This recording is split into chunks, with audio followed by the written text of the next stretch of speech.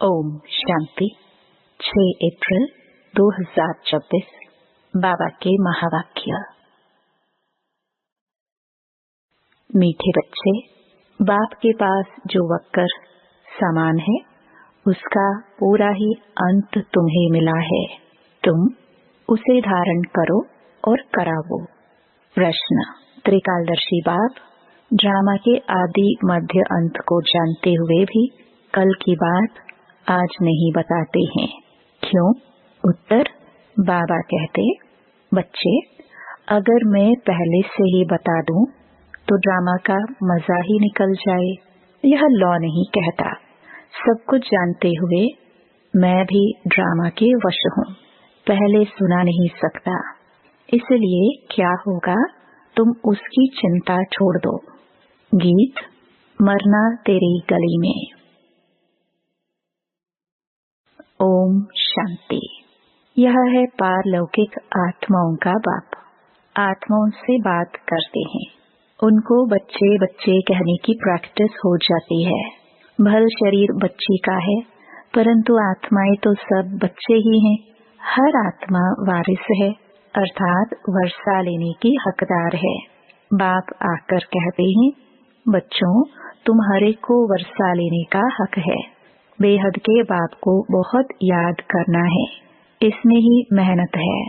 बाबा परमधाम से आए हैं हमको पढ़ाने। साधु संत तो अपने घर से आते हैं, व कोई गांवड़े से आते हैं। बाबा तो परमधाम से आए हैं हमको पढ़ाने। यह किसको मालूम नहीं है। बेहद का बाप वही पतित पावन गॉड फादर है। उनको ओशन ऑफ नॉलेज भी कहते हैं। अथॉरिटी है ना, कौन सी नॉलेज है? ईश्वरीय नॉलेज है। बाप है मनुष्य सृष्टि का बीज रूप, सत चित आनंद स्वरूप।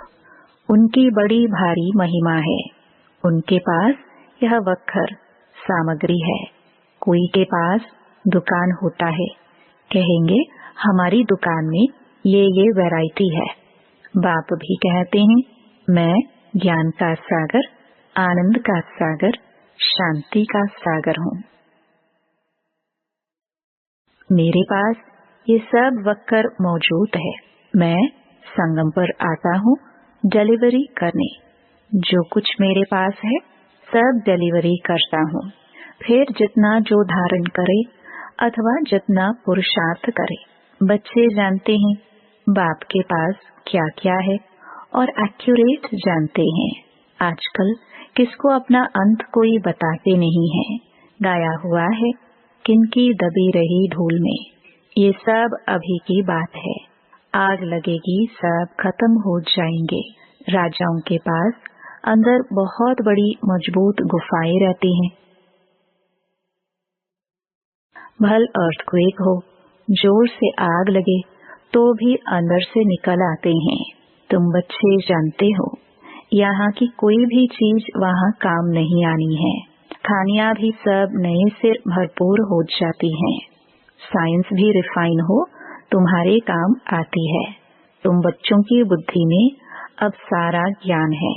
बच्चे जानते हैं हम सृष्टि के आदि मध्य अंत को जानते हैं। बाकी अंत का थोड़ा टुकड़ा है, जिसको भी जान जाएंगे। बाबा पहले से ही सब कैसे बता दे। बाप कहते हैं, मैं भी ड्रामा के वश हूँ। जो ज्ञान अब तक मिला है वही ड्रामा में नोंद है। जो सेकंड पास हुआ उनको ड्रामा समझना है। बाकी जो कल होगा वह देखा जाएगा। कल की बात आज नहीं सुनाएंगे। इस ड्रामा के राज को मनुष्य समझते नहीं है। कल्प की आयु ही इतनी लंबी चौड़ी लगा दी है। इस ड्रामा को समझने की भी हिम्मत चाहिए। अम्मा मरे तो भी हलवा खाना। समझते हैं मर गए, जाकर दूसरा जन्म लिया। हम रोए क्यों? बाबा ने समझाया है। अखबार में तुम लिख सकते हो। यह प्रदर्शनी आज से 5000 वर्ष पहले इस तारीख इस ही स्थान पर इस रीति हुई थी। यह वर्ल्ड की हिस्ट्री ज्योग्राफी रिपीट हो रही है, लिख देना चाहिए। यह तो जानते हैं, यह दुनिया बाकी थोड़े दिन है, यह सब खत्म हो जाएंगे। हम तो पुरुषार्थ कर विक्रमाजीत बन जाएंगे। फिर द्वापर से विक्रम संवत शुरू होता है, अर्थात विक्रम होने का संवत। इस समय तुम विक्रमों पर जीत पाते हो तो विक्रमाजीत बन जाते हो। पाप कर्मों को श्रीमत से जीत कर विक्रमाजीत बन जाते हो। वहाँ तुम आत्म अभिमानी होते हो, वहाँ देह अभिमान होता नहीं। कलयुग में देह अभिमान है, संगम पर तुम देही अभिमानी बनते हो। परमपिता परमात्मा को भी जानते हो, यह है शुद्ध अभिमान। तुम ब्राह्मण सबसे ऊंच हो, तुम हो सर्वोत्तम ब्राह्मण कुलभूषण। यह नॉलेज सिर्फ तुमको मिलती है, दूसरे किसको मिलती नहीं। तुम्हारा यह सर्वोत्तम कुल है, गाया भी जाता है। अतीन्द्रिय सुख गोपी वल्लभ के बच्चों से पूछो, तुमको अब लॉटरी मिलती है। कोई चीज मिल जाती है, उसकी इतनी खुशी नहीं होती है। जब गरीब से साहूकार बन जाते हैं तो खुशी होती है। तुम भी जानते हो, जितना हम पुरुषार्थ करेंगे उतना बाप से राजधानी का वर्षा लेंगे। जो जितना पुरुषार्थ करेगा उतना पाएगा। मुख्य बात बाप कहते हैं, बच्चे अपने मोस्ट बिलवड बाप को याद करो। वह सबका बिलवड बाप है, वही आकर सबको सुख शांति देते हैं। अभी देवी देवताओं की राजधानी स्थापन हो रही है, वहाँ किंग क्वीन नहीं होते, वहाँ कहेंगे महाराजा महारानी। अगर भगवान भगवती कहे तो फिर यथा राजा रानी तथा प्रजा सब भगवान भगवती हो जाए। इसलिए भगवान भगवती कहा नहीं जाता, भगवान एक है। मनुष्य को भगवान नहीं कहा जाता। सूक्ष्म वतनवासी ब्रह्मा विष्णु शंकर को भी देवता कहते हैं। स्थूल वतनवासी को हम भगवान भगवती कैसे कहेंगे? ऊंच ते ऊंच है मूल वतन, फिर सूक्ष्म वतन। यह है 3rd नंबर। यह तुम्हारी बुद्धि में रहना चाहिए। हम आत्माओं का बाप शिव बाबा ही है, फिर शिक्षक भी है, गुरु भी है, सोनार बैरिस्टर आदि सब है। सबको रावण की जेल से छुड़ाते हैं। शिव बाबा कितना बड़ा बैरिस्टर है, तो ऐसे बाप को क्यों भूलना चाहिए? क्यों कहते हैं बाबा हम भूल जाते हैं? माया के बहुत तूफान आते हैं। बाबा कहते हैं यह तो होगा, कुछ तो मेहनत करनी पड़े। यह है माया से लड़ाई। तुम पांडवों की कोई कौरवों से लड़ाई नहीं है। पांडव कैसे लड़ाई करेंगे? फिर तो हिंसक हो जाएगी। बाप कभी हिंसा नहीं सिखाते हैं, कुछ भी समझ नहीं सकते हैं। वास्तव में हमारी कोई लड़ाई है नहीं। बाबा सिर्फ युक्ति बताते हैं कि मुझे याद करो, माया का वार नहीं होगा। इस पर भी एक कहानी है। पूछा पहले सुख चाहिए व दुख? तो बोला सुख। दुख हो ना सके सत्युग में, तुम जानते हो। इस समय सभी सीताएं रावण की शोक वाटिका में हैं। ये सारी दुनिया सागर के बीच में लंका है। अभी सब रावण की जेल में पड़े हैं। सर्व की सदगति करने के लिए बाप आए हैं। सब शोक वाटिका में हैं। स्वर्ग में है सुख, नरक में है दुख। इसको शोक वाटिका कहेंगे। वह है अशोक स्वर्ग। बहुत बड़ा अंतर है। तुम बच्चों को कोशिश कर बाप को याद करना चाहिए, तो खुशी का पारा चढ़ेगा। बाप की राय पर नहीं चलेंगे तो सौतेले ठहरे, फिर प्रजा में चले जाएंगे। मातेले होंगे तो राजधानी में आ जाएंगे।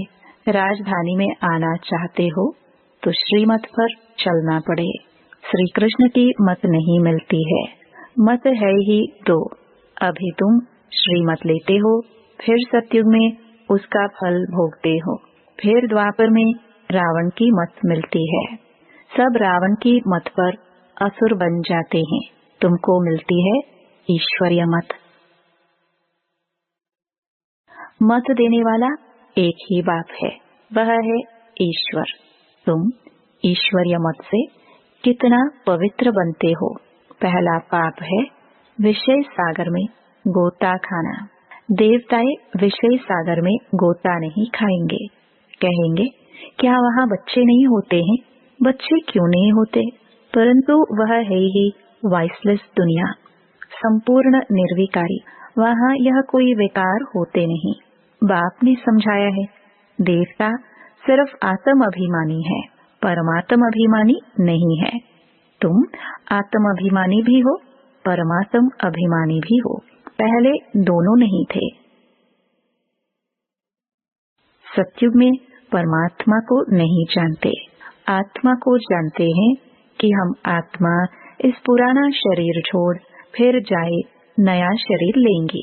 पहले मालूम पड़ जाता है, अब पुराना छोड़ नया लेना है। बच्चा होता है तो भी पहले से साक्षात्कार हो जाता है। योग बल से तुम सारे विश्व के मालिक बन जाते हो। तो क्या योग बल से बच्चे नहीं हो सकते? योग बल से कोई भी चीज को तुम पावन बना सकते हो, परंतु तुम याद भूल जाते हो।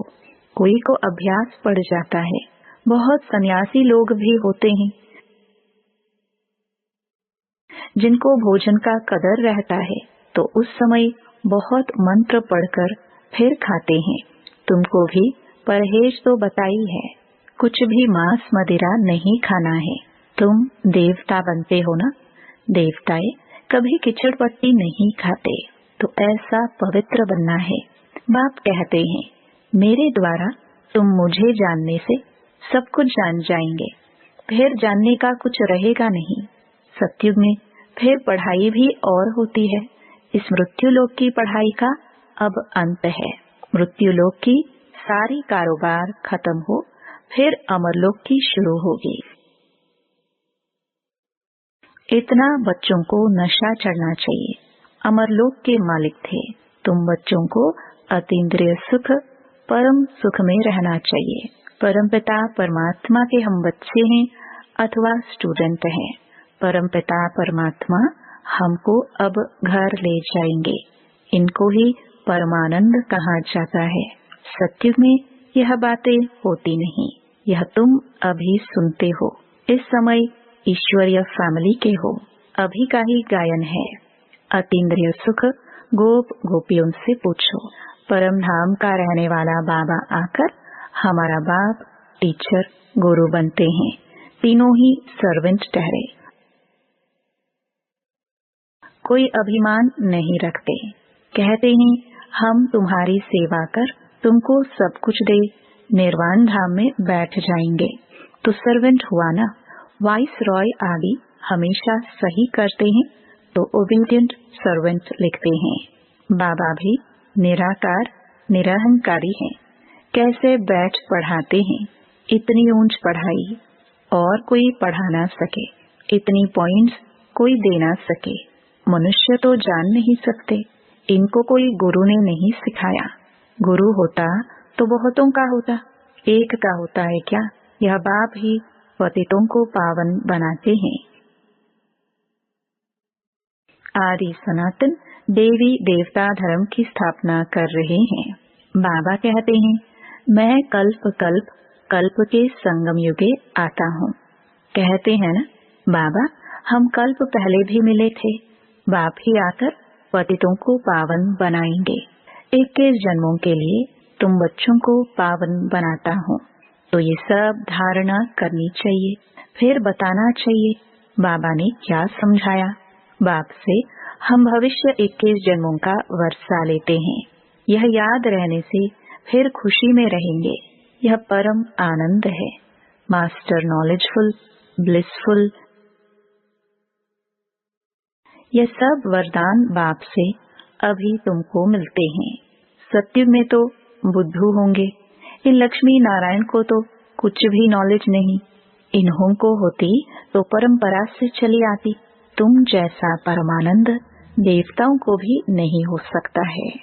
अच्छा, मीठे मीठे सिखिलते बच्चों प्रति माता पिता बाप दादा का याद प्यार और गुड मॉर्निंग। रूहानी बाप की रूहानी बच्चों को नमस्ते। धारणा के लिए मुख्य सार। पहला, देवता बनने के लिए खान पान की बहुत शुद्धि रखनी है, बहुत ही परहेज से चलना है।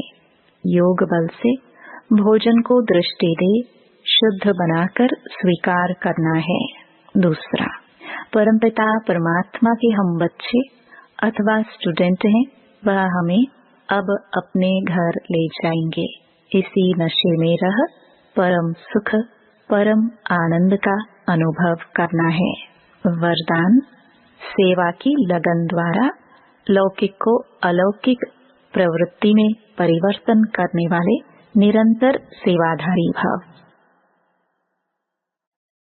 सेवाधारी का कर्तव्य है निरंतर सेवा में रहना, चाहे मनसा सेवा हो, चाहे वाचा व कर्मणा सेवा हो। सेवाधारी कभी भी सेवा को अपने से अलग नहीं समझते। जिनकी बुद्धि में सदा सेवा की लगन रहती है, उनकी लौकिक प्रवृत्ति बदलकर ईश्वरीय प्रवृत्ति हो जाती है। सेवाधारी घर को घर नहीं समझते, लेकिन सेवा स्थान समझकर चलते हैं। सेवाधारी का मुख्य गुण है त्याग। त्याग वृत्ति वाले प्रवृत्ति में तपस्वी मूर्त होकर रहते हैं, जिससे सेवा स्वतः होती है। स्लोगन, अपने संस्कारों को दिव्य बनाना है तो मन बुद्धि को बाप के आगे समर्पित कर दो। ये अव्यक्त इशारे महान बनने के लिए मधुरता और नम्रता का गुण धारण करो। किसी भी आत्मा को 2 घड़ी मीठी दृष्टि दे दो, मीठे बोल बोल दो, तो उस आत्मा को सदा के लिए भरपूर कर देंगे। यह 2 घड़ी की मधुर दृष्टि बोल उस आत्मा की सृष्टि बदल देंगे। 2 मधुर बोल सदा के लिए बदलने के निमित्त बन जाएंगे। ओम शांति।